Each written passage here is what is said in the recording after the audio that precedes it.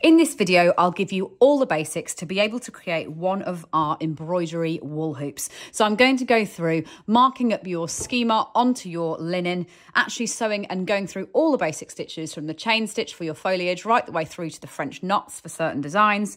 And then I'll also go through how we wrap the yarn around the edge in order to finish that off and hang that on your wall. So the most important thing is the fact that you will need to print the page in your pattern that has the black and white schematic on, because that's what you're actually going to trace onto your fabric to know how to work your design. Now, we're going to be embroidering onto pure linen in this natural colour, and when it arrives, what you need to do is put that on top of that, like that, so it's in the centre of your square of fabric, and then using a pencil, or if you have one, you can get heat fading pens, and this means that you can actually mark it up in pen, and then you can just warm it up with a bit of an iron afterwards, and the pen marks will disappear. You can also get time fading pens, but that will be setting yourself a little bit of a time limit, because once you draw it, you'll know that you'll need to do your embroidery within a couple of days. If you don't have any of those specialist pens, a pencil is absolutely fine, and by and large, because we're actually going to be embroidering with double knit, you'll be covering up your stitches anyway. So what you do is, once you've got your fabric placed on like that, run over and draw in your lines.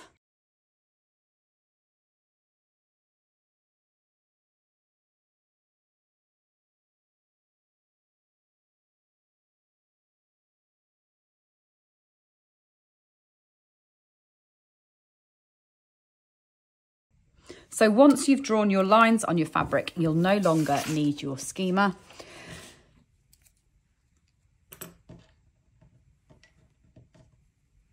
And what you need to do is then insert it into your hoop in order to start your embroidery.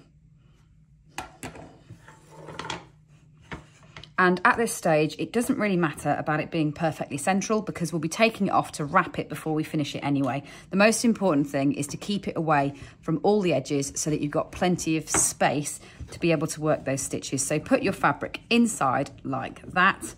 If you've got a bit of a crease running across the middle, like I have there where it's been folded, then you can always just quickly steam or iron that so that it's flat. But to be honest, once it's under tension, you've got it nice and tight in the hoop, that crease will probably disappear anyway. So when you've got the hoop, if you've taken this all the way out, then there is a larger hole and a smaller hole, which I'll cover again when we come to the wrapping stage of putting our yarn around the edge. But there's no need to take it out. You just need to turn it to loosen it off, and then you can tighten it up. Now, you can use a screwdriver into here in order to make it really tight if you want to, but I actually find it's okay at this stage to do it by hand, because I quite like a little bit of give in my fabric to be able to work some of these stitches. So then I'll just pull that fabric tight so I've got it nicely taut under tension. So this next bit really is personal preference about whether you want to trim off the edge of the linen before you begin or not. And now, I found it much easier when I was first learning how to do this to actually trim it off before I begin, so that I didn't find that extra layer of fabric was in the way for me to accidentally sew through. So what I've done is I've cut all the way around the edge, leaving about, well, between 1 centimetre and 2 centimetres. And then all I'm going to do is do a running stitch like that. And by running stitch, I'm just going in and out and in and out all the way around the edge of that, and then I'll pull that tight, and that'll just neatly tidy that linen in. And you don't need to worry then about getting those bits in the way. You can still wrap the hoop afterwards and take the outside out. The only thing you won't be able to do is turn it into something else. So this is very much what I would recommend if you are going to keep it in the hoop forever and display it on the wall.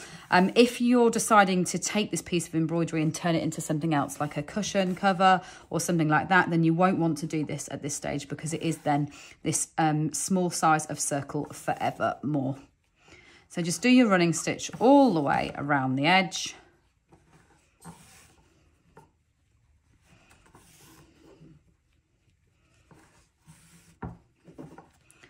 And that will just tuck that in.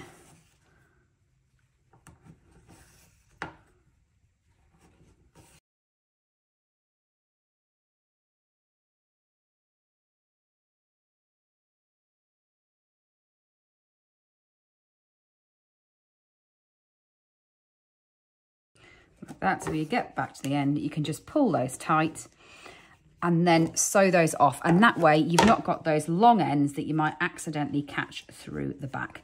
Now this series of flower embroidery hoops really has been designed to be a bit of a beginner's guide to this. So I'm just gonna now go through all the basic stitches for you.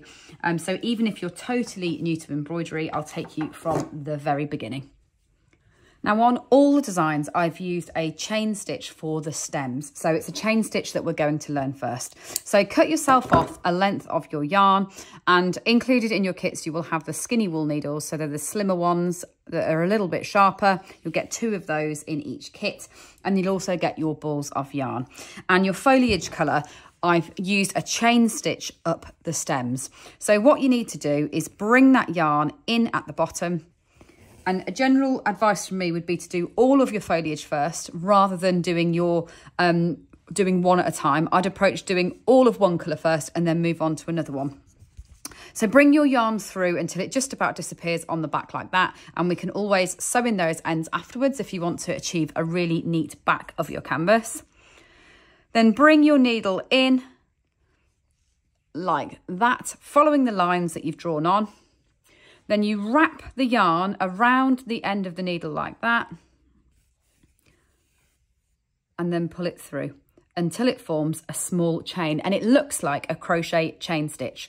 So then again, go in and the same distance along, and this is what's going to make it neat. This is what will make the difference between it looking neat and messy. As you are learning, is try and make sure that you're going the same distance each time between these stitches. So you go through, you wrap your yarn around, and you bring it through, and you can pull it as tight as you want to. So you see I've done those quite loosely there. That'll make the most of the kind of bounce in the yarn, because we are using a wool to obviously do this in on a linen. It's not like using an embroidery thread where you're looking for small stitches. The scale of the stitches is actually very big. So wrap that around, bring that through, and just follow up the line that you've drawn on in that pen or pencil, like that, until you get to the point where the next part of the design would start. So then I'd be doing my flower in a different colour. Now, once you've finished that and you've done your line of chain stitches, to get the neatest effect, if you're someone that really enjoys taking pride in getting a really neat back, what I would say you then do is you go along, you secure in that end like that, going down your stitches, do the same thing with the other one, and you can snip that off. So snip off that end. You can even go closer to that. You don't need to keep it on that long. Rethread this side and do the same thing. And then you can snip off both of those ends a little bit shorter than I did that first one.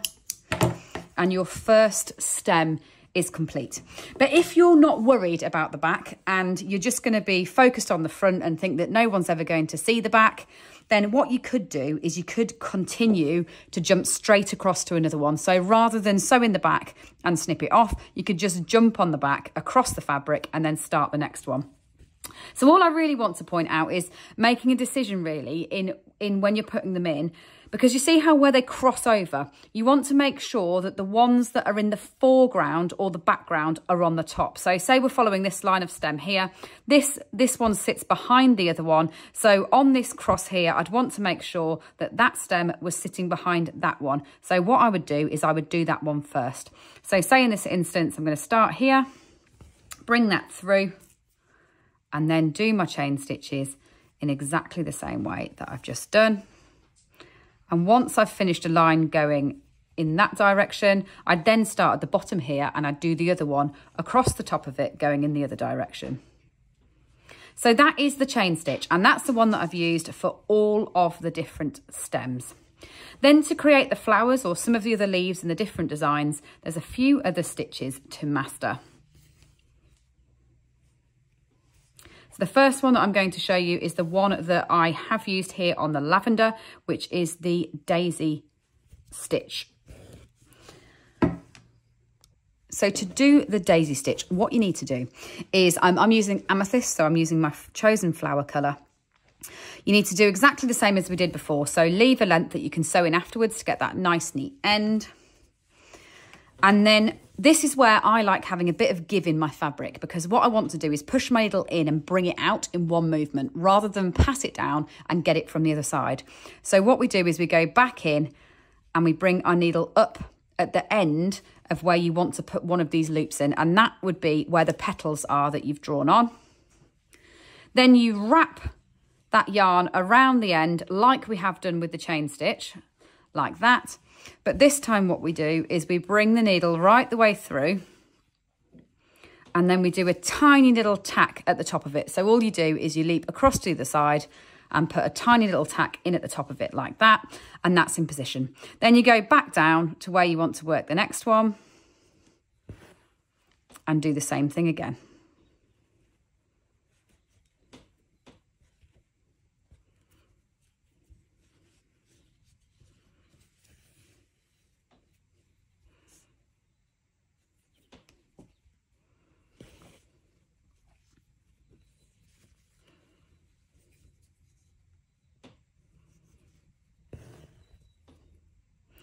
And that is your daisy stitch. So on a design like this, you'd be working it either side of the stem in order to put them in. So that's on the lavender. You will sometimes be working it in a circle. So say on the violas, what you'll be doing is you'll be working them out from a circle so that you create an effect like that. So you've got a nice flower head. And in the center of those, you have got what is called a French knot. So let's take a look at how we do a French knot next.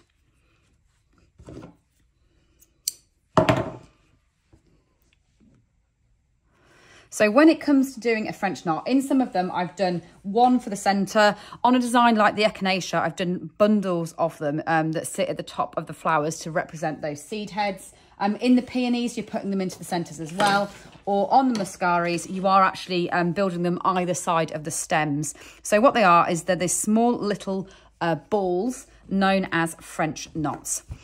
Now I'm just going to do these here in theory so you can see the rest of the stitches rather than following a design, but they'd be represented as a circle within your schematic if you are tracing it on. So what you need to do, bring that through to there so you've got an end that you can sew in afterwards, and you need to wrap the yarn around the needle 4 times before going back through. So 1, 2, 3 and 4 like that. So you've got 4 wraps around your needle, and then you go in pretty much where you came out like that, pull that through, and that creates a lovely neat knot like that in your yarn. So let me show you again. So say we're going to do one next door. What you'll do is you come up and through, then you do 1, 2, 3, 4 wraps around that needle like that,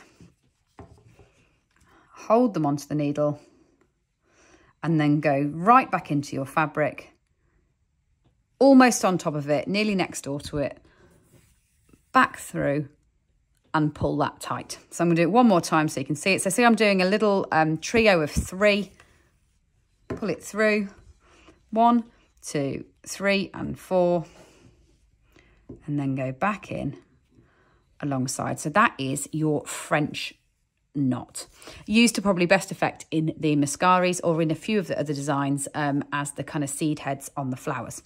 Right, so we've done the chain stitch, we've done the daisy stitch, we've done the French knot. So the last couple of ones to do is how I have made the primroses. So say we've got a primrose, and what I'm going to do is just quickly draw a flower on here so that you can see it. So say you've got a shape like that on your fabric that you can see.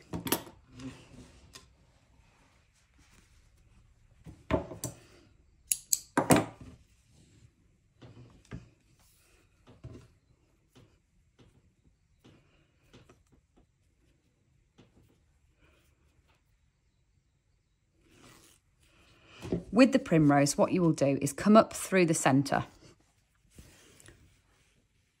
like that.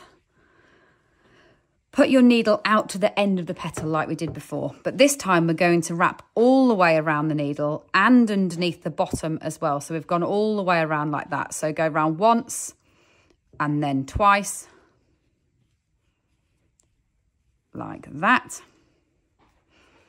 Then similar to how we did with the daisy stitch, bring through the end like that, and then tack the top into place.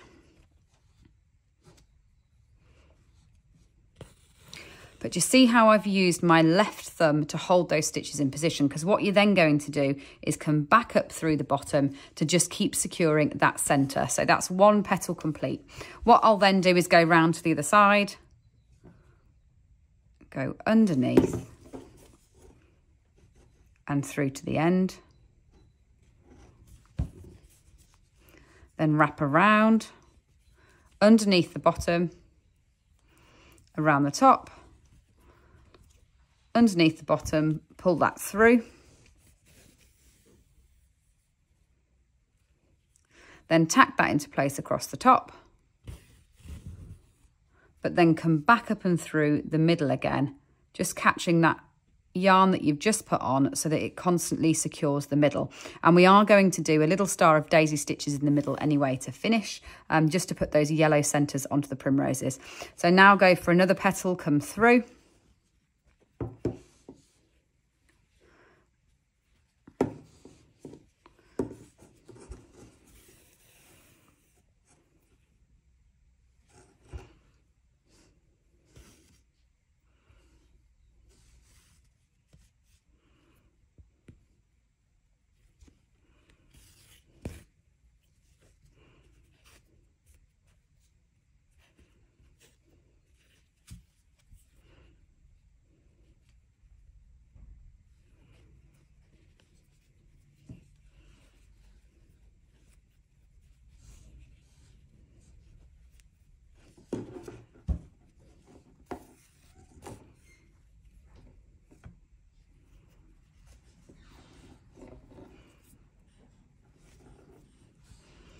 and to do the final petal,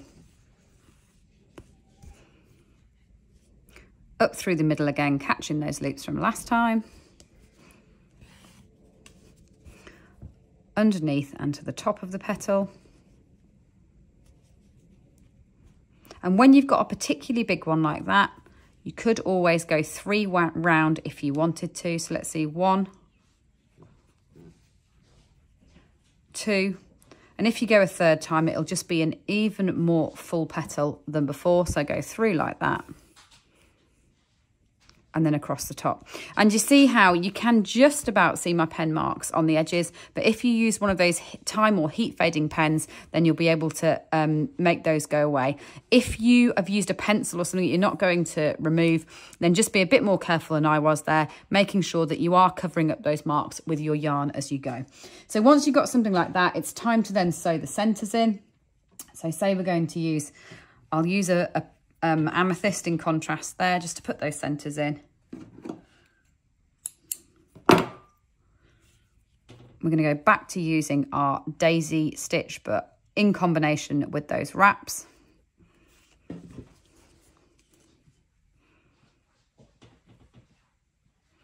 So up through your middle,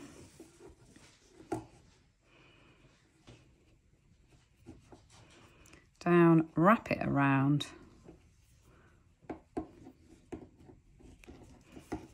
and then tack it in across the top. And then you just go back into the middle, always starting at that same point. And that's how you'll build that lovely star in the centre of a design like the primroses.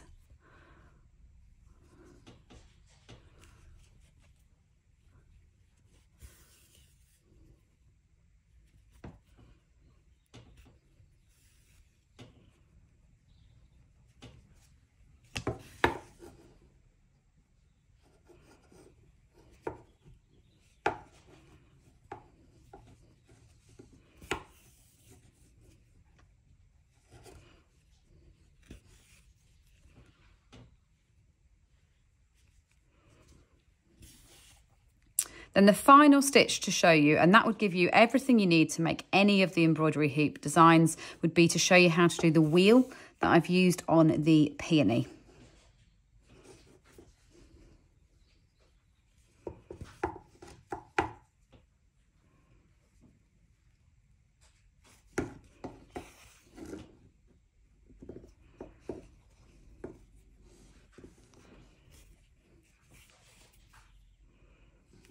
There we go, so that's the primrose complete.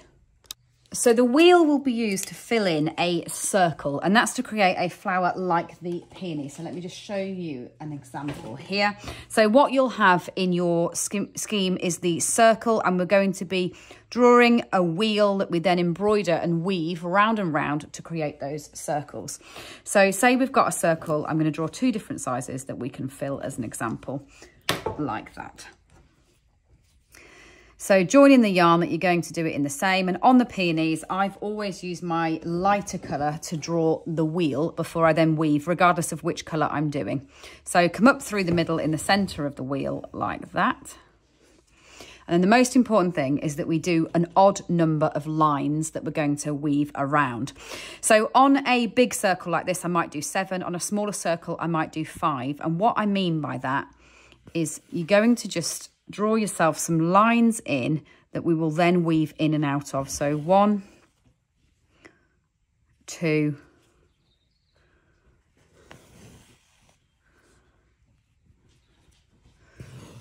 3,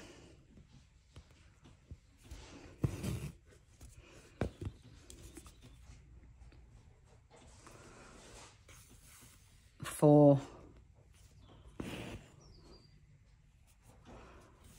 5, 6, and 7. And it doesn't really matter how many you've got. The more you do, the neater it will be. But make sure it is an odd number. That's the bit that's very, very important so that this technique works. So then what you need to do is come back up close to the start, and then you're going to weave in and out. So what you'll do is you'll go, I'm going to, as a right-handed, I'm going to go round anti-clockwise because I find that most comfortable. It doesn't matter which direction you go in so long as you're consistent. So I'm going to go under one and then over the next one, then under one and over the next one. And all you do is you weave around your circle like that, constantly going in one direction. So under that one and then over the following one, under that one and then over the following one. So you just weave in and out of the lines, pulling it tight, but not too tight as you go.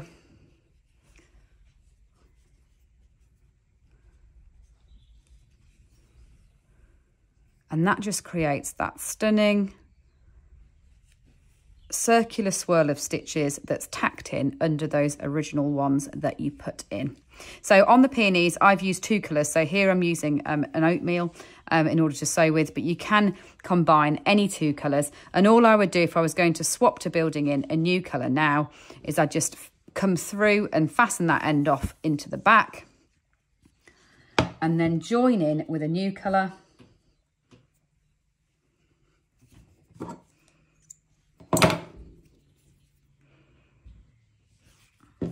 By bringing that up around where you left off and then just doing exactly the same thing again. So I'm going to go over that one, under the next one, over that one, under the next one. So you just continue to weave round that wheel, adding in the second colour and then fastening it off. And the final thing really to finish off that peony design will be to put the French knots into the centre of it. And that is a stitch that we have already learned.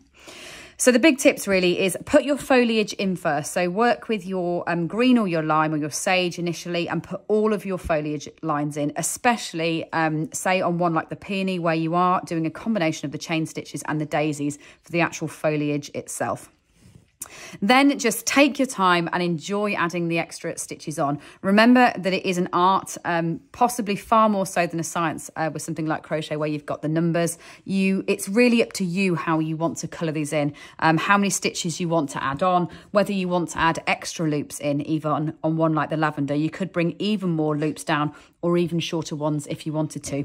You obviously could always use a combination of different colours. What I've loved about this is it uses just small scraps of lots of different colours. So you could decide to even combine different designs together to create bunches or scenes of wildflowers by maybe using your schema from the lavender, sketching a couple of lavender and then using one like the echinacea to put a beautiful one in on top. So I'll just talk you through the ones that we've got so you can see an example of those stitches we've just learnt. So the lavender, that's probably the easiest one in order to master the chain stitches and the daisy stitch. Then the mascari, which is the one here, the grape hyacinth. This is a great one for mastering the French knots. By the time you've done that one, you'll definitely never forget how to do those French knots again. Then the rest really use a combination of stitches. So the viola, that's using your chain stitches, your daisy stitches on the flowers, and then your French knots in the centre, and just one per design. Then I guess the echinacea is moving on again. So moving much bigger daisies to create these big loops here. So you're using big, large daisy stitches and then clusters of the French knots, and with those lovely long chain stitch stems. Then probably the two most challenging would be the peony and the primrose. So with the primrose, that's the one that I just demonstrated from start to finish to create one of those flowers. So you've got those big wrapped daisies on the outside, and then you've got the smaller ones through the centres. With the leaves, like I said before, work all your foliage first, and I've just used long stitches here to create the leaves. And by that, that's just a regular wrap of the yarn going in and out to fill in those leaves. And then finally the peonies, that's the wheels that we've just done, where you're going round and round. So on a smaller one like this, I'll probably do 5 of those lines before I start to do the weaving. On a larger one, you can use up to kind of 11 or even 13 if you wanted to. And that way it will sit nice and neatly and flat against the surface of your linen. So once you've done your embroidery and you're happy that your design is complete, let's just wrap the outside in a contrasting piece of yarn. You can see here what I've done is used, I guess, the colour that I've used least in the design. So it really lifts up that kind of accent colour. So on the primroses, we've got them in primrose. We've got the yellow matching the centre of the violas. This is where you can get really creative. You could even create a kind of series of them where they all have the same colour on the outside if you wanted to. So to create the wrap around the edge, which just really finishes it off, what you're going to need to do is loosen off your embroidery hoop again once you've finished. So if you tighten that by hand, you should be able to just do that by hand in order to loosen it off. So start to wrap like that from one side, bringing that yarn right the way up the middle. Now take your time with this bit. It is going to probably, it's that kind of job, the way you think it'll take 10 minutes, it probably will take you at least half an hour to an hour, subject to how neat you want to get this. So just take your time, wrap from the very beginning and go gradually around the edge in the colour that you've chosen. You could even do it in different colours if you wanted to. So you just really gradually take your yarn through the middle. That's why we took that pin out. Go steadily and wrap the whole frame. And then all you need to do when you get back to the other side is just put it onto your sewing up needle and sew the end in underneath the strands so that you won't see those at all. Then once you've got it fully wrapped, reposition that onto your embroidery and then reinsert your pin. And there is a large hole and a small hole on your embroidery hoop. Make sure that you put the pin through the larger hole first and then into the smaller one. Then you can tighten that up. And as this is now us completing our piece, ready to hang on the wall, make sure that you've got it straight. So make sure that you're happy with your positioning of the embroidery within your hoop. Tighten that up. Use a screwdriver to get it as tight as possible so you've got it nice and taut. And then it's ready to hang on your wall.